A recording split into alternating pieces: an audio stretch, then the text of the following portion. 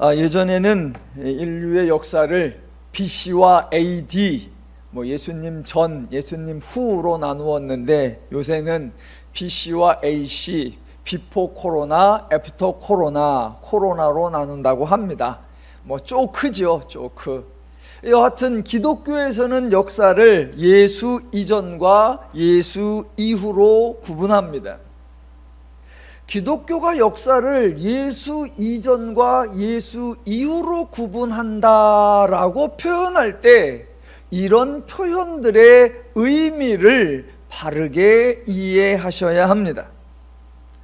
기독교의 핵심, 기독교의 본질, 기독교의 주제는 당연히 하나님 또는 예수님 또는 성령님이십니다.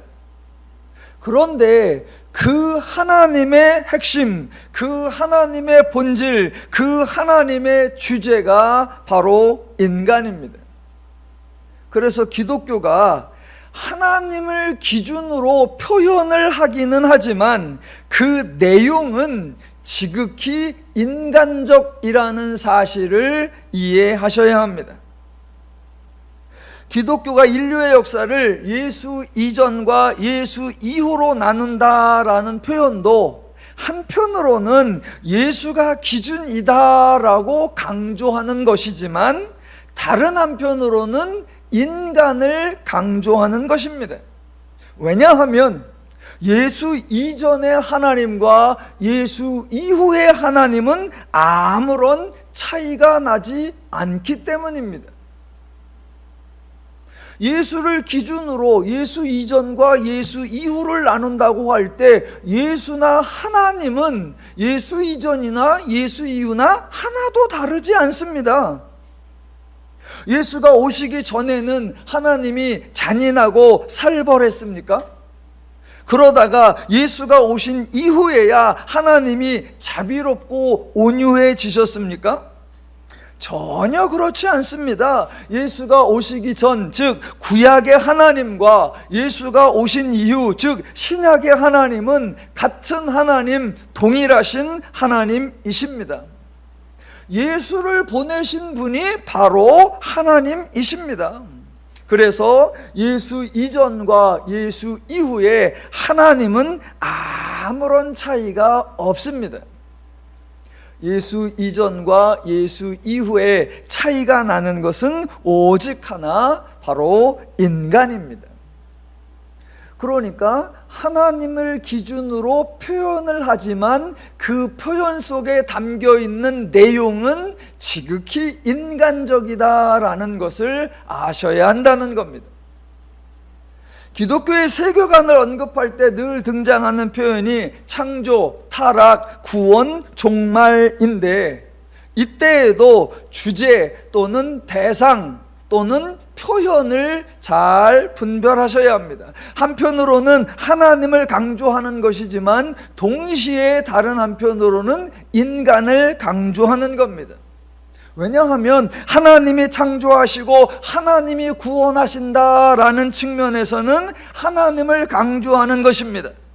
그러나 동시에 하나님이 창조하신 대상이 인간이고 타락한 주체가 인간이고 하나님이 구원하신 대상이 또 인간이고 하나님이 종말로 완성하는 존재도 인간입니다. 그래서 창조, 타락, 구원, 종말을 이해할 때 인간이 이렇게 변화된다, 인간이 이렇게 달라지고 있다, 인간이 이렇게 완성된다라는 의미입니다. 예전에 제가 부활에 관한 기독교의 표현과 기독교의 내용을 소개해 드린 적이 있습니다. 종종 사람들은 주로 예수에 관해서만 표현을 할 뿐 예수와 또는 하나님과 인간의 관계를 연결지어서 설명을 잘 하지 않습니다. 자, 부활을 한편으로는 예수님과 한편으로는 인간과 연결을 지면 이렇게 되는 겁니다. 부활을 예수와 연결시키면 예수 다시 사셨네, 이렇게 되는 겁니다. 만약 예수 다시 사셨네 이것으로만 끝나면 안 됩니다. 예수 다시 사셨네, 그래서요?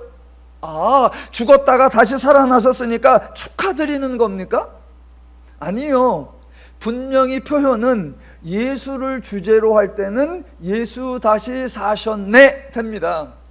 그러나 그 사건을 인간에게도 연결을 시키면 나 구원받았네 여기까지 이어져야 됩니다.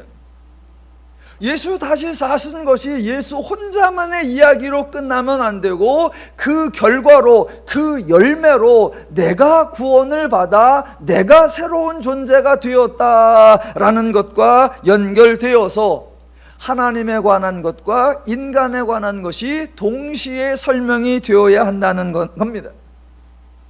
예수 다시 사셨네, 그거에만 그치면 안 되고 인간을 강조한다고 해서 예수는 빼고 나 구원받았네 이렇게 말해서도 안 되고, 예수의 부활을 인간의 구원에 대한 설명으로 연결지어서 예수가 부활함으로 그 결과 인간이 구원을 받은 것이고, 내 구원을 설명하려고 할 때는 반드시 예수로 말미암았다, 예수의 사역의 공로다, 예수의 은혜다라는 고백까지 나와야 하는 겁니다. 제가 이렇게 한편으로는 하나님에 대하여 한편으로는 인간에 대하여 두 개를 잘 적절하게 조화를 시켜서 설명을 드리려고 애를 쓰는데, 종종 사람들은 저의 설교나 저의 이 가르치는 내용에 대해서 오해를 하십니다. 두 가지로 오해를 받아요. 하나는 곽 목사의 설교는 너무 하나님 쪽에 치우쳐 있다, 다른 표현으로 하면 죄인을 너무 몰아세운다라는 겁니다. 하나님은 아무런 잘못이 없으시고 하나님은 인간을 징계나 심판도 아니하시고 하나님 인간을 벌두지도 아니한다, 인간에게 발생하는 모든 일은 죄의 탓이고 모든 인간이 다 죄인이고 죄인들은 죄만 알고 죄만 행하고 온통 죄인이다, 너무 인간을 홀대하고 너무 인간을 죄인으로 몰아세우는 거 아니냐, 제가 그런 비난을 좀 받습니다. 그런데 또 다른 한편으로는 제가 너무 인간 중심적이다라는 오해를 받습니다. 왜냐하면 교회 이름 자체가 누리자예요. 하나님이 수고하시고 하나님이 열심 내시고 하나님이 헌신하시면 그 결과를 인간은 즐거워하고 행복해 하자라는 표현이 너무 인본주의적 아니냐라는 겁니다. 그러니까 양쪽 다 저를 오해하시는 거예요. 한편으로는 너무 인간을 죄인으로 몰아세운다라는 비난, 한편으로는 너무 인간 중심으로 인간이 누리자라고 말한다는 비난. 아니요, 저는 하나님 중심이고 동시에 인간 중심이고 잘 연결하고 조화를 이루어야 한다라는 겁니다. 제가 인간을 죄인이라고 설명하는 것은 맞습니다. 그것은 인간을 비난하거나 인간에게 책임을 묻기 위한 것이 아니라 하나님이 은혜를 주셔야 하는 근거, 하나님이 인간 역사에 개입해야 하는 근거를 주장하는 겁니다. 인간은 죄인이기 때문에 하나님이 도와주셔야만 하고, 인간은 죄만 알고 있기 때문에 하나님이 은혜를 주셔야만 한다라는 요청입니다. 동시에 제가 인간이 하나님의 은혜를 누리자라고 강조하는 이유는 하나님이 일하시는 결과를 극대화시켜야 한다라는 겁니다. 하나님이 수고하고 하나님이 헌신해서 아름다운 열매를 만들어 놓았는데 인간이 그것을 누리지 못한다면 하나님의 수고가 헛된 것이 되며 하나님의 열매가 빛이 발해버리는 겁니다.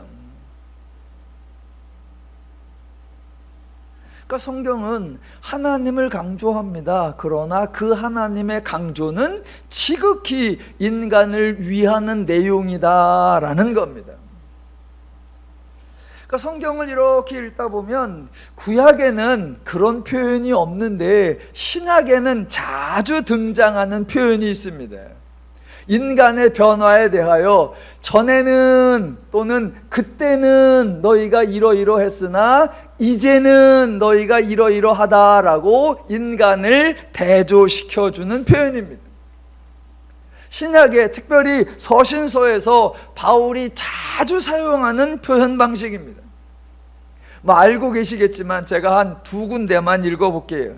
대표적으로 에베소서 2장에 2절과 3절 그리고 4절과 5절이 대조되는데 이렇게 나옵니다. 2절, 그때에 너희는 그 가운데서 행하여 이 세상 풍조를 따르고 공중의 권세 잡은 자를 따랐으니 곧 지금 불순종의 아들들 가운데서 역사하는 영이라.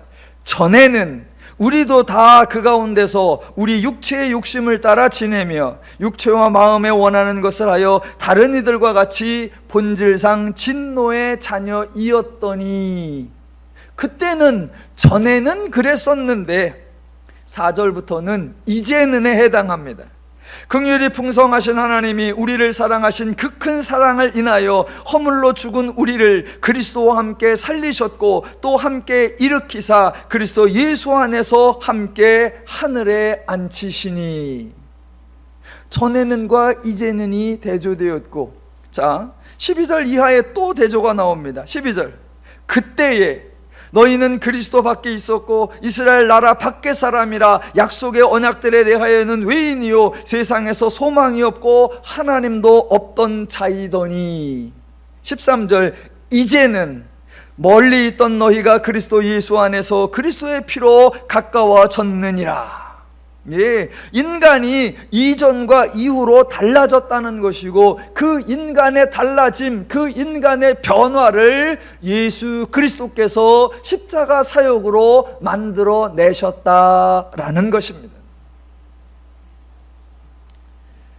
이전에 또는 전에는 또는 그때는 그리고 이제는, 이런 대조는 내용상으로 신약에만 있는 게 아니라 원래는 구약에도 있습니다. 그런데 구약에는 아무도 그런 표현을 사용한 사람이 없어요. 그래서 제가 구약을 한번 바울의 표현을 빌어서 제가 한번 패러디를 해봤습니다. 바울이 전에는 이제는 이라고 했듯이 구약을 제가 한번 전에는 이전으로 만들어 보면 이렇게 됩니다. 자, 구약입니다. 전에는 너희가 하나님의 형상으로 창조된 자유인이었으나 이제는 너희가 죄에 사로잡힌 죄인이 되었도다. 그런즉 누구든지 죄 아래에 있으면 새로운 피조물이라. 이전 것은 지나갔으니 보라 죄인이 되었도다. 이게 구약적 전에는과 이제는이고, 조금 아까 설명드린 건 신약적 전에는과 이제는입니다. 자, 기독교가 인간을 죄인이라고 너무 몰아세우고 인간을 약점 잡아서 하나님 앞에 굴복시키려고 한다라는 오해를 받는데, 기독교가 무턱대고 인간을 죄인으로 몰아가는 것이 아닙니다. 기독교 인간론의 본질은 인간을 존귀하게 하나님의 형상을 닮은, 하나님과 교제를 나눌 수 있는 아주 소중한 존재로 여기는 겁니다. 기독교의 인간론은 하나님이 인간에게 하나님적 가치를 부여하는 대신 하나님의 그 어떠한 제한이나 통제도 가하지 않은 자유인이요 인격적 존재다라고 선언하는 겁니다. 이게 창세기 1장과 2장에 나오는 기독교 인간론의 본질이. 그런데 인간이 하나님을 거부하고 죄인이 되었다라는 얘기입니다. 그래서 기독교가 인간을 죄인이라고 강조하는 것은 창세기 3장부터입니다. 하나님의 기준을 상실하고 하나님의 마음과 가치와 원리와 방법을 모두 상실하고 오직 죄의 기준, 죄의 가음, 죄의 가치, 죄의 원리, 죄의 방법, 죄만 행하게 되었다라는 겁니다.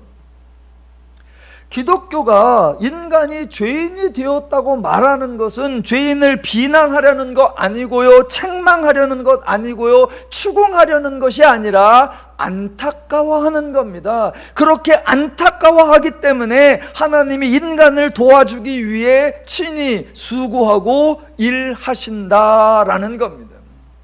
그래서 구약 성경, 구약 이야기의 핵심은 하나님이 인간을 징계하고 벌을 내리는 이야기가 아니라 하나님이 인간에게 하나님을 알리고 하나님을 보여주고 하나님을 가르쳐 주어서 인간이 죄를 이김으로 하나님의 복락을 누리게 하는 것, 그게 구약의 핵심입니다. 하나님이 그렇게 구약 내내 하나님을 보여주고 나타내고 가르쳐주고 알려주는 그 하나님의 계시 사건이 구약에 풍성하게 나오는데, 구약의 결론이 뭡니까? 구약의 결론은 인간이 죄인인 이상 하나님을 배우지 못하더라라는 것입니다. 하나님이 은혜를 주고 계시를 주고 복을 주고 이적과 기적을 주어도 죄인이 달라지지 않더라, 죄인이 개선되지 않더라, 죄인이 치유되지 않더라, 죄인이 변하지 않더라, 죄인이 새로워지지 않더라라는 겁니다.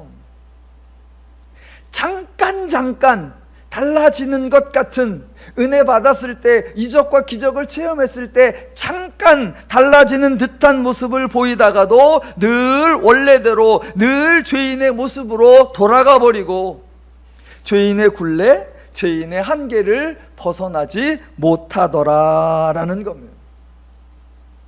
하나님이 선택을 해서, 하나님이 데리고 다니면서, 하나님이 직접 1대1로 말씀으로 가르치고, 하나님이 온갖 이적과 기적을 다 보여주어서 체험하고 경험하고 맛보게 다 해주어도 결코 죄인은 하나님을 알지 못하고 따르지 못하고 변화되지 못하더라. 그게 구약의 죄인의 한계입니다.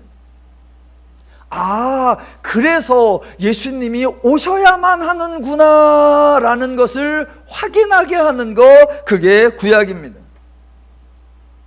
인간이 죄인이 된 이후에 죄인은 오직 죄만 알고 죄를 행할 수 있을 뿐이다 라는 것. 그래서 구약시대에는 아브라함이든 모세든 여호수아든 다윗이든 엘리야든 어느 누구도 구별된 자 아니고 거룩한 자 아니고 의로운 자가 아니더라, 그들 모두도 그저 죄인일 뿐이더라 라는 사실을 기억하셔야 한다라는 겁니다. 왜 이 이야기를 자꾸 강조하냐면, 오늘 본문 민수기 16장에서 모세의 말과 행동을 통해 과연 모세의 정체, 모세의 실체가 어떤 거냐, 그것을 파악하려고 하는 겁니다. 구약에서 인간이 죄인이다라는 기본적 사실을 알면 성경 이야기에 대한 이해가 자동적으로 전개가 됩니다. 하나님이 어떤 사람을 선택하십니다. 누구를 선택하실까요? 아무나 선택하죠. 하나님이 어떤 사람을 선택했습니다. 왜 그 사람을 선택했습니까? 그냥입니다.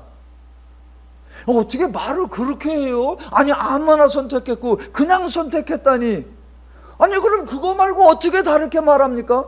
아니, 모두가 죄인이라 선택받을 만한 사람, 준비된 사람, 하나님을 아는 사람, 선과 의를 행할 수 있는 사람이 아무도 없는데 그 중에 누구를 뽑아요? 이상한 게 아니라 이게 성경적 표현입니다. 하나님은 누구를 뽑으신다? 아무나. 누가 뽑혔다. 그 사람이 왜 뽑혔다고요? 그냥. 뽑힌 사람을 강조하는 게 아니라 그런 사람이라도 뽑아서 하나님의 은혜를 주고 계시를 주는 하나님이 강조되어야 한다라는 겁니다. 아브라함은 선택받을 만한 자격이 있는 사람이 아니라 은혜로 선택을 받아 이스라엘의 조상이 되었을 뿐이고, 모세는 이스라엘을 대표하여 백성을 이끌어갈 수 있는 자격이 있었던 사람이 아니라 은혜로 택함을 받아 인도자가 되었을 뿐이고, 여호수아는 전쟁을 가장 잘하는 용사여서 택함을 받은 것이 아니라 오직 은혜로 선택을 받아 하나님의 전쟁에 동참했을 뿐이고, 모든 선지자들은 시대를 꿰뚫는 통찰력이 있고 사회적 불의에 저항할 줄 아는 정의감이 있었기에 택함받은 것이 아니라 오직 하나님의 은혜로 선지자가 되어서 하나님이 주시는 말씀을 그저 세상에 선포했을 뿐입니다. 민수기 16장에서 모세를 보아야 하니까 모세에 대해서 설명을 드려보면, 출애굽기 때부터 모세는 백성들에 의하여 지도자로, 대표로, 리더로 추대받고 존중받은 적이 없습니다. 하나님이 모세를 부르고 하나님이 모세에게 말씀을 주시고 하나님이 모세를 통해서 역사하셨기에 모세의 이야기가 언급될 뿐이지, 만약 하나님이 개입하지 않으셨다면 모세는 언급될 이유가 전혀 없습니다. 실제로 하나님 없이 모세 혼자, 모세 스스로, 모세가 개인적으로 이적과 기적을 행한 적 단 한 번도 없습니다. 그러니까 모세도 다른 이스라엘 백성들과 똑같고 모세도 다른 죄인들과 똑같다라는 겁니다. 실제로 모세도 하나님이 찾아오시자 거부했었고, 하나님이 애굽으로 돌아가라라고 하자 싫다고 했었고, 바로한테 가서 말했는데 바로가 도리어 노동을 힘들게 하자 모세도 하나님께 나아가 원망을 했고 하나님께 투정을 했고 하나님께 대적하기도 했었습니다. 백성들이 한 행동이나 모세가 한 행동이 하나도 다를 바가 없습니다. 우리가 모세를 존경해야 할 이유가 없고, 우리가 자녀의 이름을 모세라고 지을 필요가 없고, 우리가 모세를 특별한 사람이라고 취급해야 할 근거가 전혀 없다는 겁니다. 예전에 제가 사무엘서를 강해한 적이 있는데요, 그때는 주요 등장인물이 다윗이었는데 제가 계속해서 다윗은 잘난 사람이 아닙니다, 다윗은 탁월한 사람이 아닙니다, 다윗은 준비된 사람이 아닙니다, 다윗도 그놈이 그놈입니다 많이 설명을 했습니다. 그랬더니 그때 제 별명이 반다윗파, 안티다윗.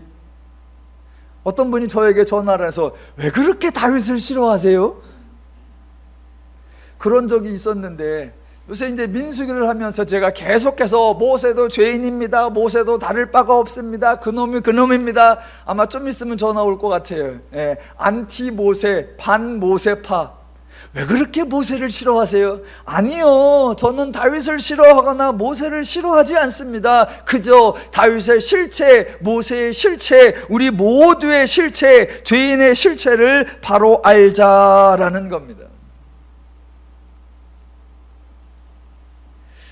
모세에 대하여 사람들이 좀 과대평가가 나는 거 이유가 있겠죠. 모세를 무턱대고 영웅으로, 무턱대고 훌륭한 사람으로 취급하지는 않죠.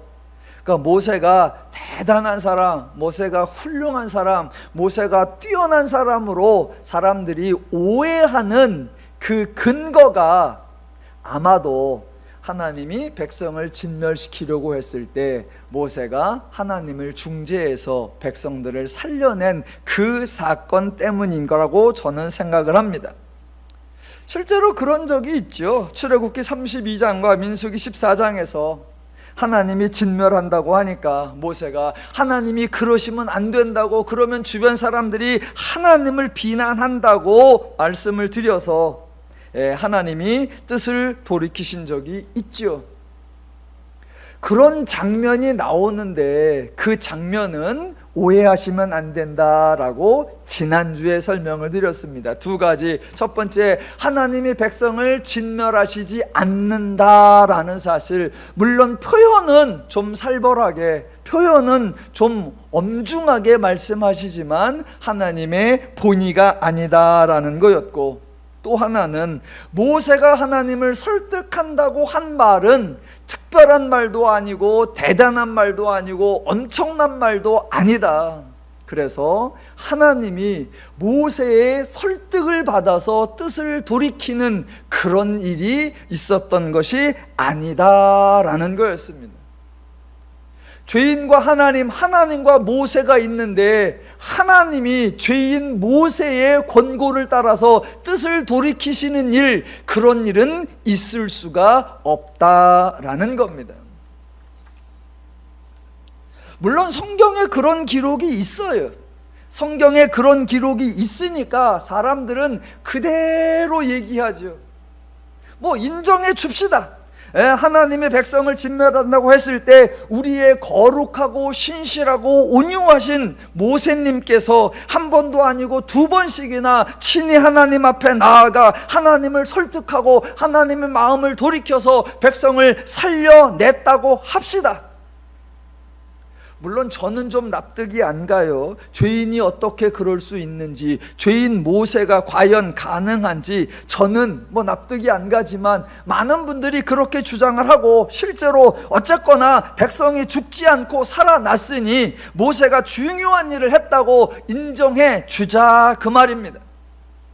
그렇게 모세가 백성을 살려냈은 그런 위대한 역할을 한 사람이었다라는 걸 인정한다면 오늘 민수기 16장을 보면 모세에 대한 아주 난감한 이야기가 등장한다라는 겁니다.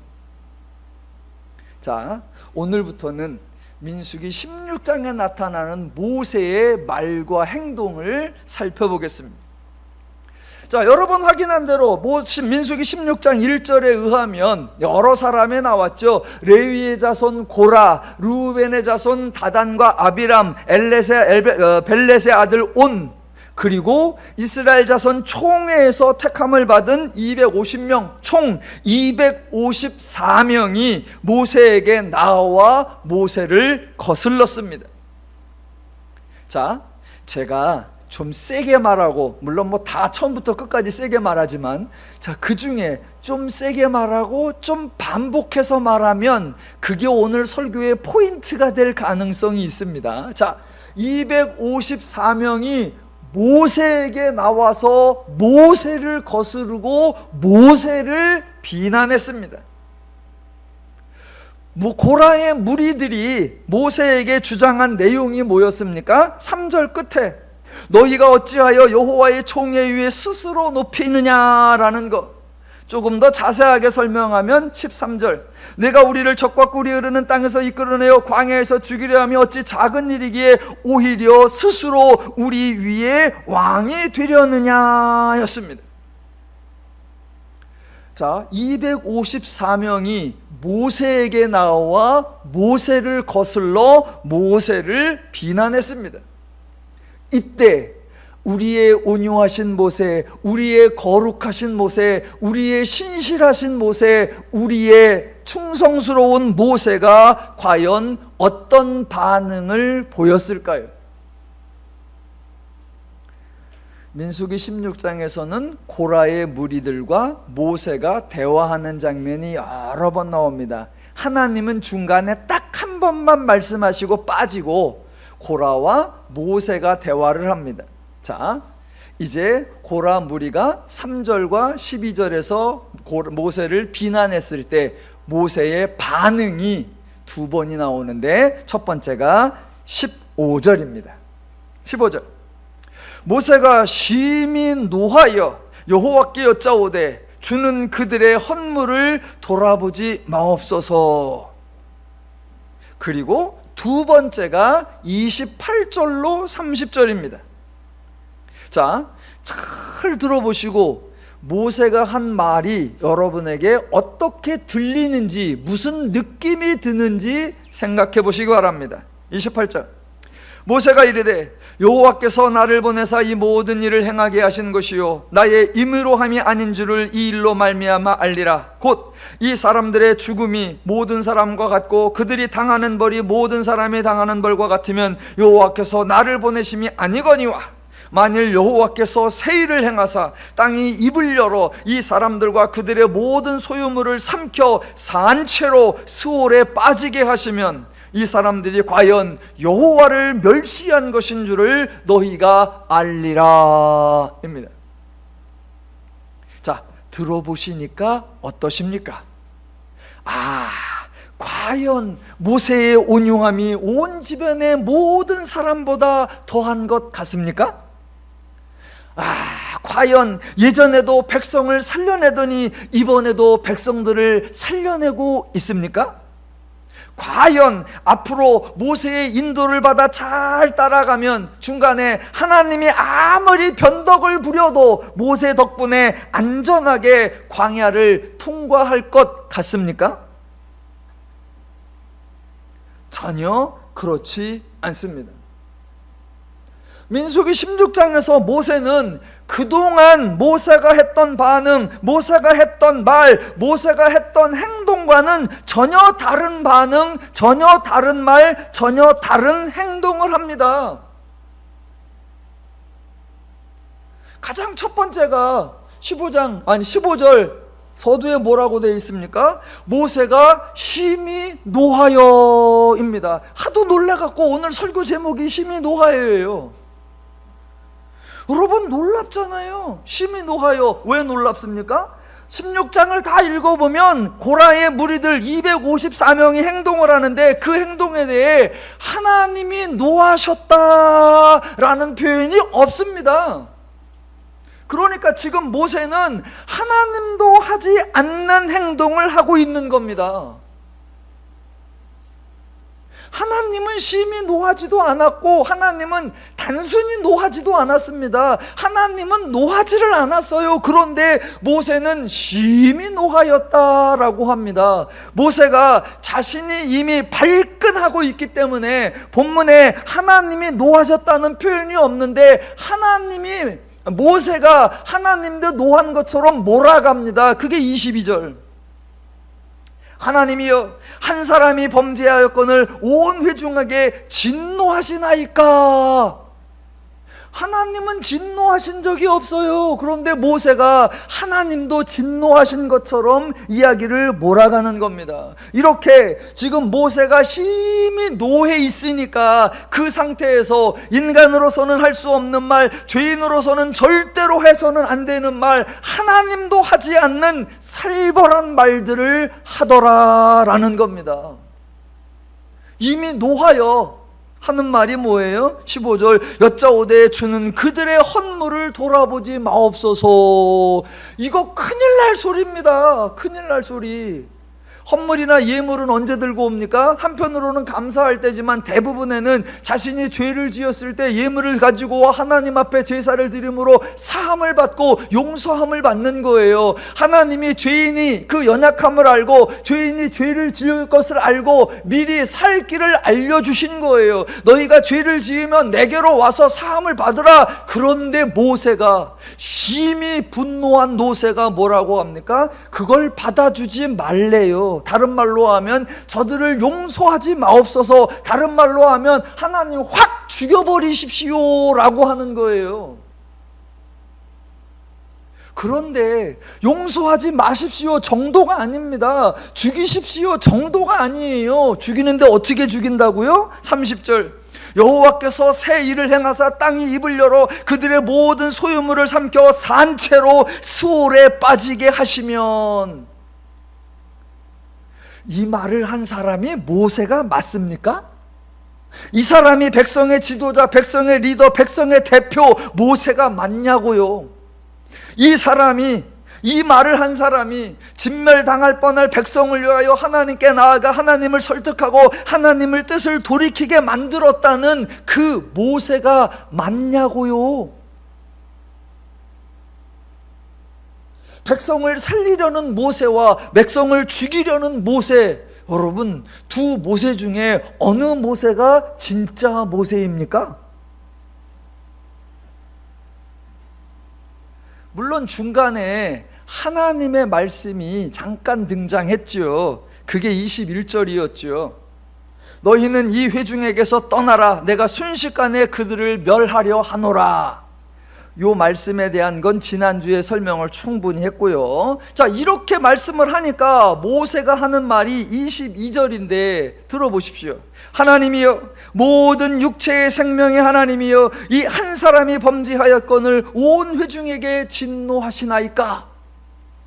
요 구절만 읽으면 요 한 구절만 읽으면 그렇지 과연 모세가 백성을 살려달라고 부탁을 하는구나 라고 오해할 수 있습니다. 실상은 전혀 그렇지 않습니다. 22절에서 이렇게 말해놓고 30절에서 그렇게 잔인하게 말을 하는 것을 보면 이거는 살려달라는 이야기가 아닙니다.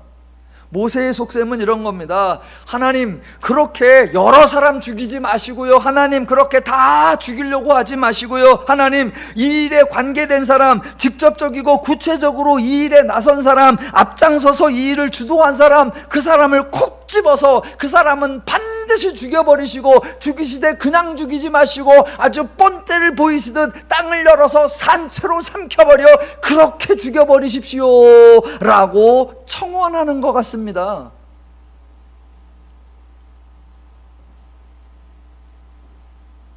자, 모세가 한 말 중에 또 아주 의미심장한 말이 있습니다. 그게 30절 맨 끝에 나옵니다.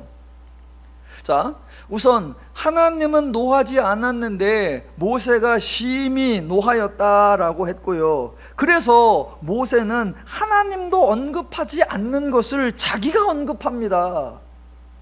그게 뭐냐? 30절 끝에 과연 여호와를 멸시하신 것인 줄을 너희가 알리라 입니다. 이 말도 하나님이 말씀하는 게 아니라 모세가 자기 입으로 말하고 있는 겁니다.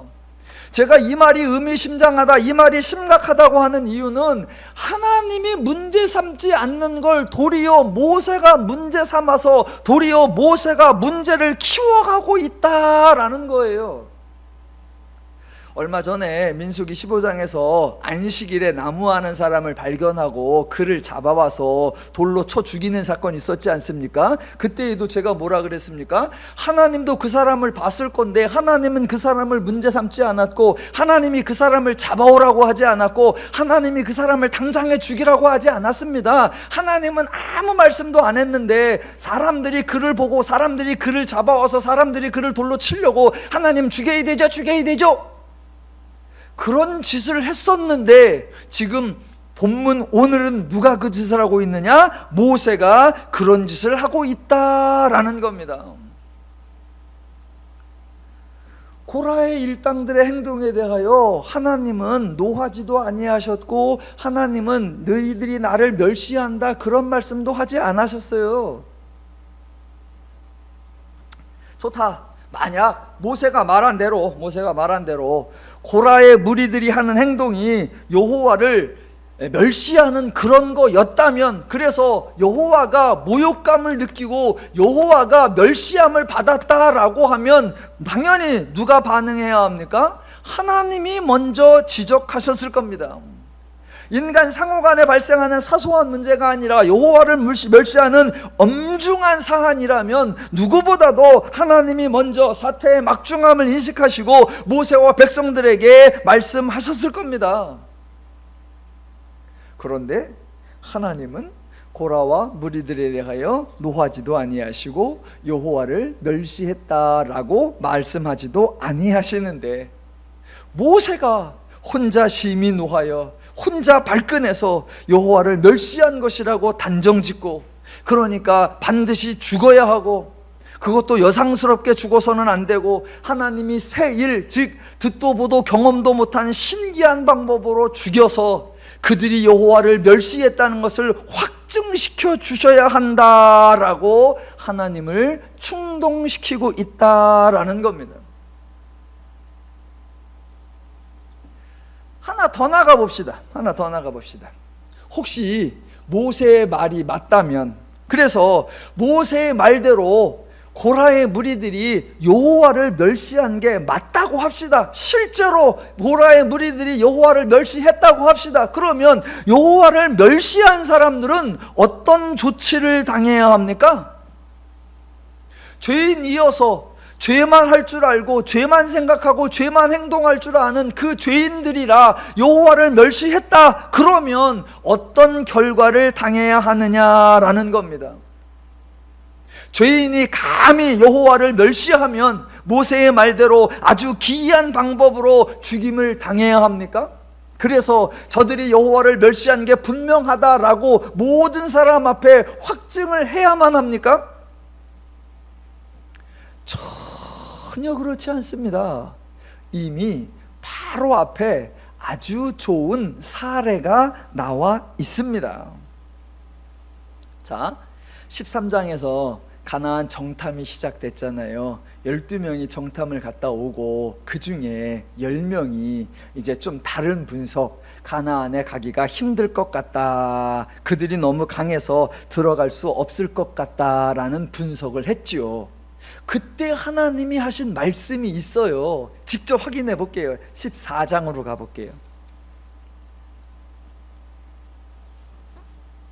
여호와를 멸시한 자들이라면 하나님이 그들을 대하는 조치와 모세가 요구한 조치가 얼마나 다른가 확인을 해보는 겁니다. 민수기 14장 21절, 정탐 갔다 오고 부정적 의견을 내는 10명에게 하시는 말씀입니다. 14장 21절, 그러나 진실로 내가 살아있는 것과 여호와의 영광이 온 세계에 충만할 것을 두고 맹세하노니 내 영광과 애굽과 광야에서 행한 내 이적을 보고서도 이같이 10번이나 나를 시험하고 내 목소리를 청종하지 아니한 그 사람들은 내가 그들의 조상들에게 맹세한 땅을 결탄코 보지 못할 것이요, 또 나를 멸시하는 사람은 한 사람도 그것을 보지 못하리라. 끝. 예. 자, 보세요.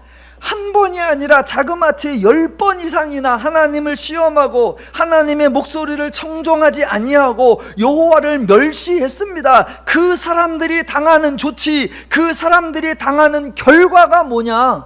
가나안을 보지도 못할 것이요, 가나안에 들어가지도 못할 것이다, 이겁니다.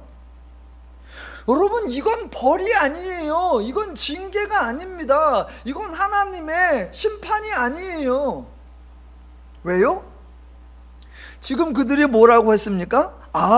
우리는 보니까 가나안에 못 들어갈 것 같아요. 가나안이 너무 강하고 가나안 사람들이 너무 장대해서 우리는 못 들어갈 것 같습니다. 그래서 우리는 가나안에 가고 싶은 마음이 없습니다. 그래서 차라리 애굽으로 돌아가는 게 낫겠습니다 라고 말하는 사람들이에요.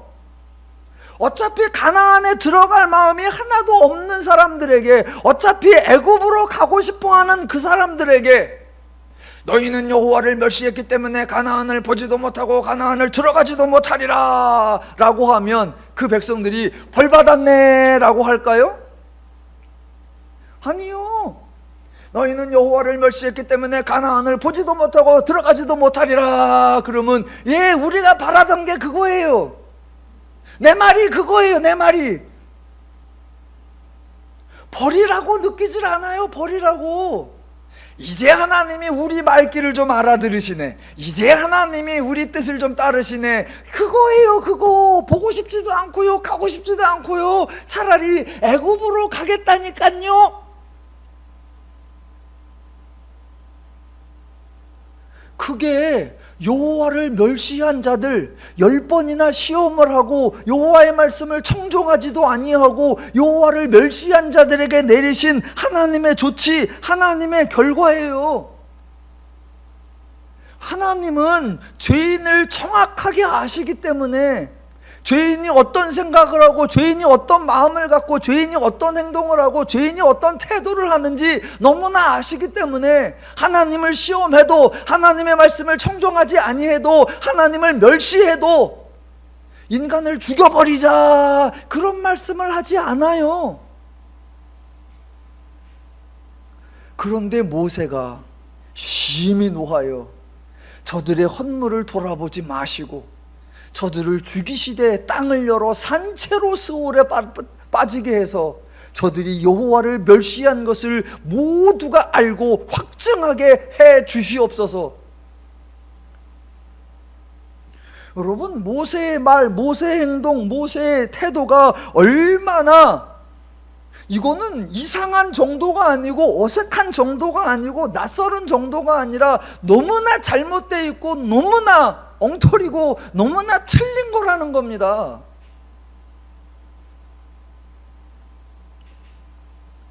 그동안 우리가 알고 있던 모세, 출애굽기 32장과 민수기 14장에서 백성을 진멸하겠다고 하는 그 하나님 앞에 나아가 하나님을 설득해서 하나님의 뜻을 돌이키면서까지 백성을 살려내다고 했던 그 모세, 그래서 사람들이 그렇게 존경하고 그렇게 위대하다고 추앙받는 그 모세. 그런데 16장에 오면 전혀 다르단 말입니다. 같은 사람 맞냐고요? 여러분은 어떤 모세를 좋아하냐고요? 자, 이제 가장 본질적 질문을 해보겠습니다. 그동안 모세가 나름대로 백성 편에 서서 하나님의 뜻마저 바꾸게 했던 아주 훌륭한 일을 한 것처럼 보였는데, 그 모세가 민수기 16장에서는 왜 이렇게 다르게 행동을 하느냐라는 겁니다. 그 이유는 아주 단순하고 아주 명쾌하고 아주 당연합니다. 자, 모세가 백성을 살려내기 위하여 하나님을 설득했던 그 상황과 지금 특정한 자들을 반드시 죽여달라고 하는 이 상황이 어떤 차이가 있나를 여러분이 구별해 내셔야 합니다. 제가 설명을 드리겠습니다. 자, 앞서 하나님이 백성을 진멸하겠다고 말씀하신 장면은 백성들이 하나님을 거슬렀을 때입니다. 백성들이 하나님을 거슬렀을 때, 출애굽기 32장에서 하나님 대신 금송아지 우상을 만들었을 때였고, 민수기 13, 14장 하나님이 주시는 가나안으로 가는 대신 애굽으로 돌아가자 할 때였습니다. 두 경우 모두 백성들이 하나님을 거부한 경우, 하나님을 대적한 경우, 하나님의 말씀에 불순종한 경우, 하나님께 원망을 쏟아놓던 경우입니다. 그래서 당연히 하나님이 문제 삼으셨고 하나님이 진멸하겠다라고 엄포를 놓으셨습니다. 백성들이 하나님께 대적하니까 하나님이 반응하셨습니다. 그때 모세는 전혀 화를 내지 않았고, 그때 모세는 백성들에게 불리한 말을 한마디도 하지 않았고, 도리어 하나님이 그러시면 안 된다고, 그렇게 하시면 하나님이 비난받으실 거라고 하나님을 설득했었습니다.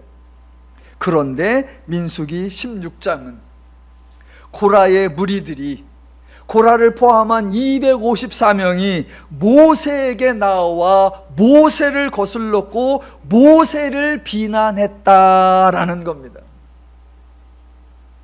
고라의 무리들은 3절에서도 13절과 14절에서도 오직 모세에 대해서만 말하고 모세의 행동, 모세의 태도, 모세의 모든 것을 비난합니다. 자, 모세의 입장에서 살펴보십시오. 그동안 민수기 16장 말고 그동안도 백성들이 자기한테 나와서 원망도 하고 불평도 하고 투정도 하고 그런 적이 있어요. 백성들이 자기한테 나와서 원망과 투정과 불평을 했지만 그 원망과 불평과 투정의 대상이 누구였느냐? 자기가 아니라 하나님이었습니다. 모세에게 나와 하나님 불평을 하고, 모세에게 나와 하나님 원망을 하고, 모세에게 나와 하나님 비난을 했지요. 홍해 앞에서 모세에게 나와서 말했죠. 왜 우리를 광야에서 이끌어내어 매장지가 없어서 여기서 죽이려고 하느냐? 그럴 때 모세는 내가 이끌어낸 게 아니다, 하나님이 이끌어냈다. 그러니 백성들의 원망 누구한테 하는 거다? 하나님에게. 마라에 도착해서는 우리가 마실 물이 없도다, 모세에게 나와서 했지만 모세에게 물을 내놓으라고 하는 게 아니라 하나님께 하는 얘기고, 신광야에서는 우리가 주려 굶어서 죽게 되었도다, 누구한테요? 하나님에게요. 시내산에서 금송아지 만든 거 누구에게요? 하나님에게요. 가나안에 안 들어가고 애굽으로 돌아가겠다는 거 누구한테요? 하나님에게요. 예, 모두 하나님과 관련된 내용이었지 모세 본인, 모세 자신과 관련된 일이 아니었습니다. 그동안 어느 누구도 모세에게 왜 스스로 높아지느냐고 비난한 적이 없고, 어찌하여 스스로 왕이 되려 하느냐고 따지지 않았습니다. 그래서 그동안 모세는 백성들이 무슨 말을 해도 모세가 화낼 일이 아니었고, 모세가 징계나 형벌을 요구할 것이 아니었습니다. 왜요? 자기 일이 아니었기 때문이에요. 모세를 개인적으로 비난하고 모세를 개인적으로 지적하는 게 아니에요. 모세에게 나와왔지만 전부 다 하나님 얘기입니다. 그러니까 모세 입장에서 내 일이 아니네. 실제로 그랬죠. 하나님께 관련된 일이니까 누가 반응하셨다? 하나님이. 그래서 하나님의 백성을 진멸하겠다, 하나님이 말씀하지요. 그러니까 모세는 살짝 한 발짝 옆으로 가서 아유, 백성들이 하나님께 원망을 하네. 그러니까 어머, 하나님께서 죽여버린다고 하네. 그러니까 자기는 한 발짝 뒤로 물러서서 저기요 하나님, 하나님이 그러시면요 백성들이 하나님을 욕해요 라고 중재를 했던 겁니다. 그런데 지금 민수기 16장은 상황이 다르단 말입니다. 어떻게 다릅니까? 예, 하나님과 관련된 일이 아니라 모세와 관련된 일입니다. 고라를 포함한 254명이 모세에게 나와 모세를 거스르고 모세를 비판하더라. 고라의 무리들은 하나님 얘기 한마디도 하지 않습니다. 하나님 원망하지 않습니다. 하나님 불평하지 않습니다. 아예 하나님은 부르지도 않습니다. 그리고 계속해서 하는 말, 모세에게 나와 모세를 거스르며 모세를 원망하고 비난하며 내가 왜 스스로 높이느냐, 내가 왜 왕이 되려 하느냐라는 겁니다. 그동안 모세가, 백성들이 그렇게 나왔을 때 단 한 번도 화낸 적이 없던 모세가 이번에는 발끈하며 심히 노하여 시작된 겁니다. 왜요? 자기 일이니까. 자기와 관련된 일이니까. 자기와 관련된 일이니까. 사람들이 자기에게 나오더니 자기를 비난하고 자기에게 도전하는 겁니다. 그래서 모세가 심히 노하였고 그 행동에 대하여 여호와를 멸시하는 것이라고 과잉 반응을 하고, 그러니까 그 사람들을 죽여버려야 하고 대신 평범하게 죽어서는 안 되고 기이한 방식으로 죽여야 합니다 라고 하나님에게 무리한 요구를 하고 있는 겁니다. 여러분, 이게 모세의 본 모습이고 이게 죄인의 실체입니다. 이 설명은 새로운 사실이 아니고 신기한 사실이 아닙니다. 제가 모세를 악평하고 있는 것도 아니고 사람들이 모세가 죄인이라는 사실을 잊은 채 과대평가하는 것을 제가 풀어드리고 있는 겁니다. 저와 여러분도 평상시 모세와 같은 행동, 모세와 같은 태도, 모세와 같은 말 자주 경험하는 일들이잖아요. 자, 남의 일입니다. 나에게 발생한 일이 아니고 나와 관계된 일이 아니고 남의 일입니다. 얼마든지 관대할 수 있죠. 내 자식 아니라 남의 자식에게 무슨 일이 생겼습니다. 예, 다 이해가 되죠. 다 그럴 수 있다고. 내 문제가 아니고 다른 사람의 문제에 대해서는 언제나 상식적이 되고 합리적이 되고 객관적으로 반응할 수 있죠. 나의 일이 아니라면 그거 좀 기다려줘.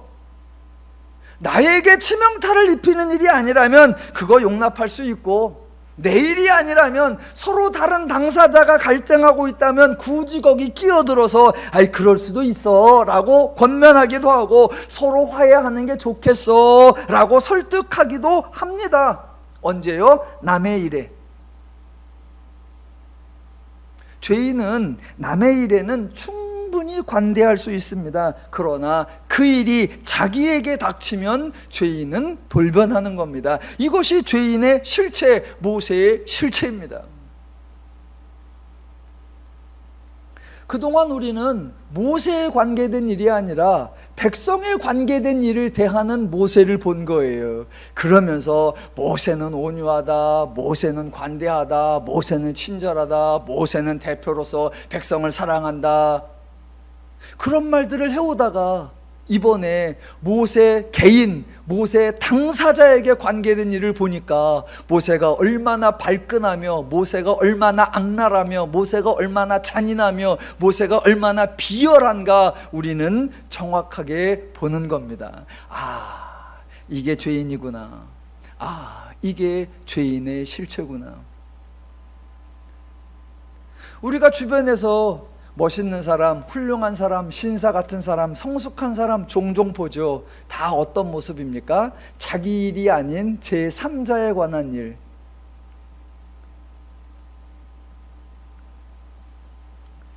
자, 성경이 얼마나 재미있는지, 하나님이 얼마나 멋있는 분인지 제가 잠깐만 소개시켜 드려 볼게요. 여러분, 이 순간에 하나님이 어떻게 반응을 하셔야 합니까? 고라의 무리들이 모세에게 나와 모세를 거슬러 모세를 비난하니까 모세가 발끈하면서 저들의 예물을 받아주지도 말고 저들을 죽이시되 땅이 갈라져서 산채로 확 빠져 죽게 해달라, 막 이럴 때 하나님이 뭐라고 하셔야 됩니까? 하나님이 불쑥 모세에게 나타나, 내 이놈, 너도 똑같은 죄인임에도 불구하고 어찌 그리 악랄하느냐, 너 그런 줄 몰랐는데 이놈의 자식, 그러면 됩니까? 여러분 같으면 어떻게 대하십니까? 여러분 같으면 지금 심히 노하여 할 말 못할 말 막 쏟아놓고 있는 자에게 그 사람이 잘못했다고, 그 사람이 틀렸다고, 그 사람이 부정하다고 막 지적하고 책망하면 그 순간 예, 잘못했습니다 돌아섭니까? 아니요. 그 사람을 좀 진정시키는 때는 그 사람의 잘못을 고지고대로 지적하는 것이 아니라 일단 그 사람 편을 들어주는 것 같이 해야 됩니다. 인생 살아보신 분들 아시잖아요. 막 심히 분노하면, 그래, 분노할 만하다, 참 대단하다, 그래, 이거는 뭔가 좀 조치를 취해야 할 것 같다, 편을 들어줘야죠. 그러면 갑자기 그래, 내 맘 알아주는 분이 있는데, 그리고서는 이제 약간 절제된 표현이 나와야지요. 자, 하나님이 백성들을 향하여 그 전에 하나님을 대적하니까 진멸할 것처럼 막 한단 말입니다. 그러면 모세가 설득을 해요. 그럼 하나님이 모세의 말을 듣고, 그래 알았다, 네 말 듣고 내가 철회할게, 이런 설득 당하는 모양새를 하나님이 보여주신단 말입니다. 그럼 이번에는 모세가 노하여 방방 뜨면 하나님께서 편들어주는 모습을 보이면 모세가 참 이게 아니죠, 하나님 제가 좀 오버했네요, 그건 아니고요, 이렇게 좀 변화되는 모습이 나와야 사람의 말을 듣고 뜻을 돌이키신 하나님은 참 우리의 말을 들어주시는구나, 이렇게 나오고 하나님의 말씀을 듣고 변화되는 사람의 모습이 나와야 딱 균형이 되잖아요. 그래서 하나님이 모세의 편을 들어주는 거예요. 심히 노하여 저들의 헌물을 돌아보지 마옵시고 막 그러니까 하나님께서 모세 편을 들어주는 것처럼 툭 던지는 게 21절. 그렇게 가는 겁니다. 너희는 이 회중에게서 떠나라, 내가 순식간에 그들을 멸하려 하노라. 모세, 네 말이 맞아, 이거는 저들이 나를 멸시하는 거고 저들을 그냥 두면 안 되겠어, 내가 저들을 싹 진멸하리라. 모세, 저런 백성들 데리고 여기까지 오느라고 애썼고 얘들 데리고 가나안까지 가려면 수고가 많겠구나, 모세 참 대단하다, 내가 너 편하게 좀 말 안 듣는 너로 싹 멸하고 나머지 놈들만 살려줄게, 그래 좀 애써봐라. 편을 들어주는 것처럼 말하고 있단 말입니다. 그러면 이때 모세가 어떻게 해야 합니까? 그동안 자기와 직접 관련이 없는 일들에는 온갖 멋진 표현들 다 동원해서 하나님 설득하고 하나님 뜻을 돌이키려는 노력을 했었잖아요. 그런데 이번에는 하나님과 관련이 있기보다는 직접 자기와 관련이 있단 말입니다. 그렇다면 과연 모세가 지도자라면, 과연 모세가 백성을 위한다면 바로 이때 백성 편을 들어주면서 바로 이때 하나님께 백성을 용서해 달라고 구해야 되잖아요. 그래야 진짜 지도자고, 그래야 진짜 리더고, 그래야 진짜 대표고, 그래야 진짜 하나님을 아는 사람이잖아요. 혹시 모세가 죄인 중에 조금이라도 나은 사람이었다면, 혹시 모세가 그래도 하나님께 택함받아서 다른 사람보다 하나님을 더 많이 경험하고 더 많이 보고 더 많이 듣고 더 많이 체험했던 사람이라면 지금 이 순간에 백성 편에 서서 백성들을 살려달라고 말했어야죠. 그렇다면 모세는 죄인 중에 그래도 조금 나은 자였고, 그래도 모세는 하나님 앞에 선택을 받을 만한 그런 자였던 것 같습니다 라고 설교할 수가 있겠죠. 그런데 이 순간에 이미 확인하신 대로 많은 사람들의 기대와는 달리, 그러나 죄인의 본질을 아는 저와 여러분의 예상에 딱 맞게 모세는 아주 고약한 말, 아주 못된 말을 하고 있잖아요. 전혀 지도자답지 않고 백성의 리더답지 않은 말을 하고 있다라는 겁니다. 왜요? 모세도 지극히 평범한 죄인에 불과하기 때문이다라는 겁니다. 성경은 모세가 대단하다, 모세가 훌륭하다, 모세가 하나님 마음에 쏙 든다, 그래서 모세를 하나님이 뽑으셨다라고 설명하지 않고, 모세도 다를 바가 없다. 하나님이 자비를 베풀지 않으면, 하나님이 긍휼을 베풀지 않으면, 사람의 요청대로 한다면 너희는 다 죽었어야 하고, 너희들의 행동대로 하나님이 갚아주신다면 아무도 살 자가 없다라고 알려주시는 겁니다. 그래서 성경이 정확하게 대조를 시켜주는 거예요. 혹자들은 오해합니다. 하나님이 잔인하고 살벌하게 백성을 진멸하겠다 이렇게 했는데 온유한 모세가 설득하니까 하나님이 마지못해 뜻을 돌이켜서 살려주셨고, 아니요. 하나님은 애초부터 백성을 죽일 마음이 없는데, 그래도 모세의 말을 듣고 하나님이 뜻을 돌이키시는 듯한 모습을 보여준다. 그러나 죄인은 자기한테 조금만 불편한 일이 생기고, 자기한테 조금만 힘든 일이 생기니까 대뜸 분노하고 하나님께 나와 할 말 못할 말 다 쏟아놓고, 하나님이 편을 들어주니까 그것을 힘입어 더 악질로 인간을 곤고하게 행하는 바로 죄인의 실체, 죄인의 한계입니다. 하나님과 모세와 하나님 비교가 됩니까? 아니요. 하나님과 죄인은 애초에 비교가 되지 않습니다. 그래서 여러분이 구약에서는 모든 인간이 죄인이다, 다른 인간이란 없다라는 것을 기억하고 계셔야 하고, 대신 신약으로 넘어오시면 다른 사람은 다 죄인인데 구원받은 저와 여러분은 죄 문제가 해결된 사람, 하나님을 배우고 알게 된 사람, 하나님의 마음과 기준과 원리와 가치와 방법을 알고 있는 사람, 그렇게 행할 수 있는 새로운 피조물 성도임을 기억하셔야 한다라는 겁니다.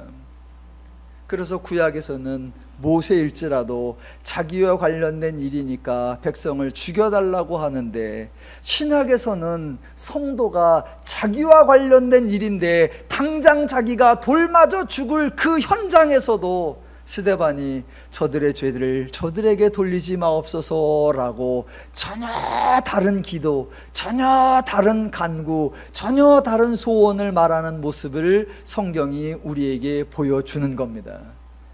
이전에 너희는 모세와 같은 자이었으나 이제 너희는 스데반과 같은 자들이다. 이전에 너희는 죄인이었으나 이제 너희는 하나님의 마음을 가진 성도들이다 라고 선언해 주시는 겁니다. 우리가 모세를 부러워할 것이 아니라 모세가 우리를 부러워해야 하고, 우리가 모세를 닮아가야 할 것이 아니라 모세도 못하는 일을 우리가 할 수 있는 성도가 되었다는 사실을 꼭 기억하시면서 성도답게, 하나님을 아는 자답게, 성숙한 그리스도인답게 하나님 나라를 사시며 주변 사람들에게 하나님의 덕과 은혜를 베푸시는 저와 여러분 되시기를 주님의 이름으로 축원합니다.